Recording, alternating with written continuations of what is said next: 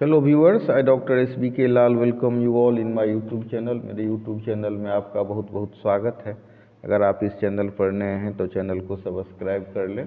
आज हम आपके लिए लेकर के आए हैं बायो एंजाइम्स। तो बायो एंजाइम्स का आज बहुत फ़ायदा है, बहुउद्देशीय है, प्राकृतिक है। ये जो रासायनिक और विषैला जो हम पदार्थ यूज करते हैं स्ट्रॉन्ग केमिकल के रूप में, तो उससे स्ट्रॉन्ग केमिकल और पॉइजन से ये मुक्त है। इसके आविष्कारक हुए थाईलैंड के डॉक्टर रोसुकून पानवोंग। और आज हम देख सकते हैं कि अपने कुछ खास गुणों के कारण आज कितना लोकप्रिय हो रहा है। चाहे बायोडिग्रेडेबल नेस की बात हो या पर्यावरण के लिए सौम्यता की बात हो, स्वास्थ्य के लिए नुकसानदेह नहीं करने की बात हो, तो इन सब गुणों के कारण ये काफ़ी लोकप्रिय हो रहा है। और अगर मतलब हम रासायनिक रूप से इसको समझें तो हम कह सकते हैं प्रोटीन लवण और अन्य पदार्थों का मिश्रण है। लेकिन अगर हम बैक्टीरिया सब के आधार पर विश्लेषण करें और बायोलॉजी के रूप से इसको हम प्रभावित करें बायोलॉजी के आईने में, तो हम कह सकते हैं बैक्टीरिया इष्ट का ये उपोत्पाद है। जटिल रासायनिक यौगिक और अन्य कार्बनिक अपशिष्टों को ये तोड़ता है और माइक्रोबियल घोल है। तो आज कृषि में उत्पाद बढ़ाने के लिए और जो बैक्टीरिया वगैरह सब होता है उसको मारने के लिए, माइक्रो ऑर्गेनिज्म को से फसल उत्पाद को दूर रखने के लिए, वातावरण को शुद्ध रखने के लिए, साथ ही कपड़ा पर जो दाग धब्बा हो जाता है वो सब को दूर करने के लिए, गंध को दूर करने के लिए और हानिकारक जो रोगाणु सब होता है उससे छुटकारा पाने के लिए हमारा बायो एंजाइम्स बहुत लोकप्रिय हो रहा है। और लोकप्रिय होने के साथ साथ इसका जो इको फ्रेंडली नेचर है वो बहुत ही इसको लोकप्रिय बनाता है। स्वास्थ्य के लिए वैसा खतरा उत्पन्न नहीं करता है, बायोडिग्रेडेबल होता है, इको फ्रेंडली होता है और प्रोटीन, एमाइलेज, लिप्सेन और सेल्यूलोज को ये तोड़ देता है। यही कारण है कि हम इसका उपयोग करते हैं घर में भी साफ सफाई के लिए के रूप में। तो साइट्रस बायो एंजाइम भी इसका नाम है। इसको हम कई नाम से जानते हैं। तो ये बहुउद्देशीय जो प्राकृतिक विषैला रसायन मुक्त तरल है जो सब्जियों और फलों के छिलके के अपशिष्ट के तौर पर खट्टे फलों के किण्वन प्रक्रिया से बनाया जाता है।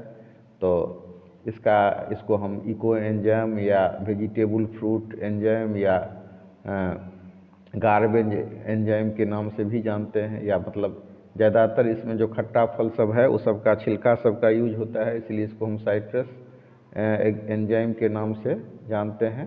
तो ये क्या करता है, पारिस्थितिक प्रभाव को मानी इकोसिस्टम का जो इफेक्ट है उसको कम कर देता है और आने वाली जो पीढ़ी है उसके भी भलाई के लिए ये काम करेगा। हम देख सकते हैं कि दिल्ली में पराली जलाने से कितना प्रदूषण होता है, कितने बच्चे को दमा हो जाता है। बहुत सारे आदमी बच्चा के भलाई के लिए और स्वास्थ्य कारणों से पूरा दिल्ली को छोड़ करके अब जा रहे हैं। तो ये जो परिस्थिति है उसमें हम देख सकते हैं कि ये कितना ज़्यादा अच्छा मतलब एक विकल्प हो सकता है स्ट्रॉन्ग केमिकल का।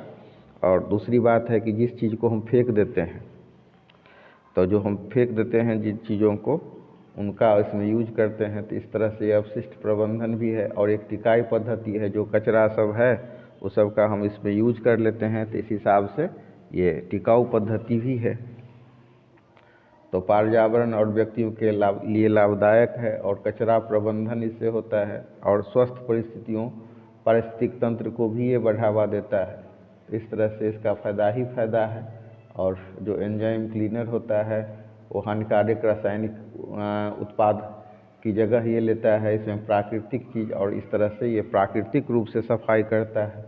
नींबू, संतरा, मौसमी या अनानास जैसा जो खट्टा फल सब है उसका हम इसमें यूज करते हैं। और इसमें जो प्राकृतिक संसाधन है उसका संरक्षण होता है, साथ ही ये सस्ता और टिकाऊ भी होता है। और स्वास्थ्य सेवा में अगर हम इसका यूज करें तो हम जब इसमें स्ट्रॉन्ग केमिकल सब का यूज नहीं होता है तो थोड़ा सा सस्ता भी पड़ता है। और चूँकि हम स्थानीय रूप से इसको बना सकते हैं और स्थानीय रूप से इसको उत्पन्न कर सकते हैं, तो स्थानीय जो अर्थव्यवस्था है उसको भी बढ़ावा मिलता है। लेकिन सबसे बड़ी बात है कि विषाक्तता, इतना सारा जो आज पूरा विषैला पदार्थ से पूरा दुनिया अस्त व्यस्त है, इंसेक्टिसाइड, पेप्टिसाइड सबसे भूमिगत जल तक दूषित हो गया है। तो ये जो नेचुरल फर्टिलाइज़र या नेचुरल बायो जो एंजाइम्स है, इसका पर्यावरण लाभ इतना ज़्यादा है और इससे प्रदूषण में भी कमी होती है। अब लाख समझाने के बावजूद भी आप देख सकते हैं कि पंजाब के किसान सब कितना पराली जलाते हैं और उसका देखा देखी दूसरे जगह सब में भी ये शुरू हो गया है। तो इससे क्या हो रहा है? इससे बहुत विसंगति हो रही है, पूरा धुंध छा रहा है, लोगों को दमा की बीमारी हो रही है, जबकि उसका एक लाभदायक प्रोडक्ट के रूप में इस्तेमाल किया जा सकता है। हम बिहार में देख सकते हैं कि पराली से पशु चारा दिया जाता है, या लोग ठंड में जो उसको तापते भी हैं, या फिर छप्पर भी बनाते हैं, या घास फूस का उसका टट्टी भी बनाते हैं। तो उसका एक लाभदायक उपयोग भी हो गया और पर्यावरण को भी नुकसान से बचाया गया और स्थानीय अर्थव्यवस्था को भी गति मिली। और इस तरह से जो गैस विषाक्तता सब नहीं होने के कारण और स्ट्रॉन्ग केमिकल से मुक्त होने के कारण ये एलर्जी की भी अनुकूल है। लेकिन यही है कि इसको जब हम बनाते हैं तो ठंडा में रोज़ सूर्य की रोशनी से दूर हालात में बनाते हैं। तो ऐसा भी है कि इसके लिए कोई ऐसा ज़रूरी नहीं है कि हम धूप में ही इसको मतलब ये तैयार करें। तो जो छाँव वाला जगह सब है जहाँ पर प्रकाश नहीं पहुँच रहा है, उसका भी यूटिलाइज हो जाएगा। फिर अपने घर की भी सफाई होती है, अवशिष्ट प्रबंधन भी होता है। बागवानी और खेती सब में भी इसका उपयोग बहुत खूबसूरती से हो रहा है। तो इस तरह से ये बहुउद्देशीय प्राकृतिक है और विषैला रसायन मुक्त तरल है। आज हम देख रहे हैं कि भविष्य के लिए नवाचार और अनुप्रयोग विषय पर बहुत सारा वेबिनार सब का आयोजन किया जा रहा है। हम देख सकते हैं अलग अलग यूनिवर्सिटीज़ में अलग अलग टॉपिक पर जो बायो टेक्नोलॉजी के छात्र हैं वो लोग इस पर लिख रहे हैं और रिसर्च कर रहे हैं और अलग अलग टेक्निक से भी इसको बनाने की बात कर रहे हैं। तो जो आविष्कारक थे इसके, थाईलैंड के डॉक्टर रोसुकुन पुम्पानवोंग, तो उनके काम को बहुत सारे वैज्ञानिकों, अध्येताओं और एक्सपेरिमेंटकर्ता ने फिर आगे बढ़ाया है। और इस विषय पर सारे जो वक्ता होते हैं या मतलब रिसर्चर होते हैं वो लोग इस पर सहमत हैं कि मतलब इसका उपयोग पर्यावरण, कृषि और औद्योगिक अनुप्रयोगों में बहुत लाभदायक है। खेती बाड़ी में भी इसका बहुत अधिक फ़ायदा हम देख सकते हैं। और सबसे बड़ी बात यह है कि कीटनाशक का तो इससे कुछ ऐसे भी बायो एंजाइम्स हैं जो कीटनाशक जैसा भी काम कर सकते हैं और ये कचरा नहीं फैलाते हैं, प्रदूषण उतना वातावरण को नहीं करते हैं। हम देख सकते हैं कि पंजाब जैसे क्षेत्र में कीटनाशक सबका इतना प्रयोग हुआ, इंसेक्टिसाइड, पेप्टिसाइड, खरपतवारनाशी सबका इतना यूज हुआ जो उससे बहुत ज़्यादा कैंसर के मरीजों की संख्या बढ़ी। तो एक हम जैविक रूप से अगर हम इसका नियंत्रण करते हैं, जैसे कोई ऐसा कीड़ा सबका, जैसे पंछी सब कीड़ा को खा जाता है तो पर्यावरण के अनुकूल भी है।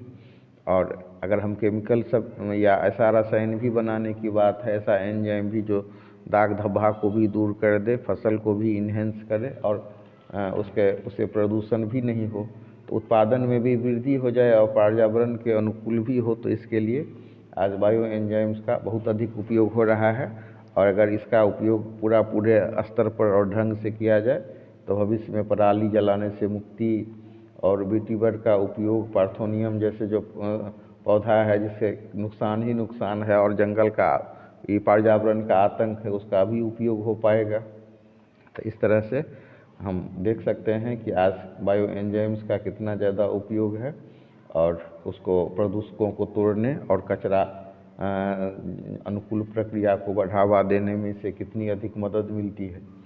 साथ ही इसका उपयोग हम कृषि, पशुपालन, जल शोधन और प्रदूषण नियंत्रण में भी इसका उपयोग हम बहुत खूबसूरती से कर सकते हैं। तो इस तरह से आज हम इसके उपयोग को जाना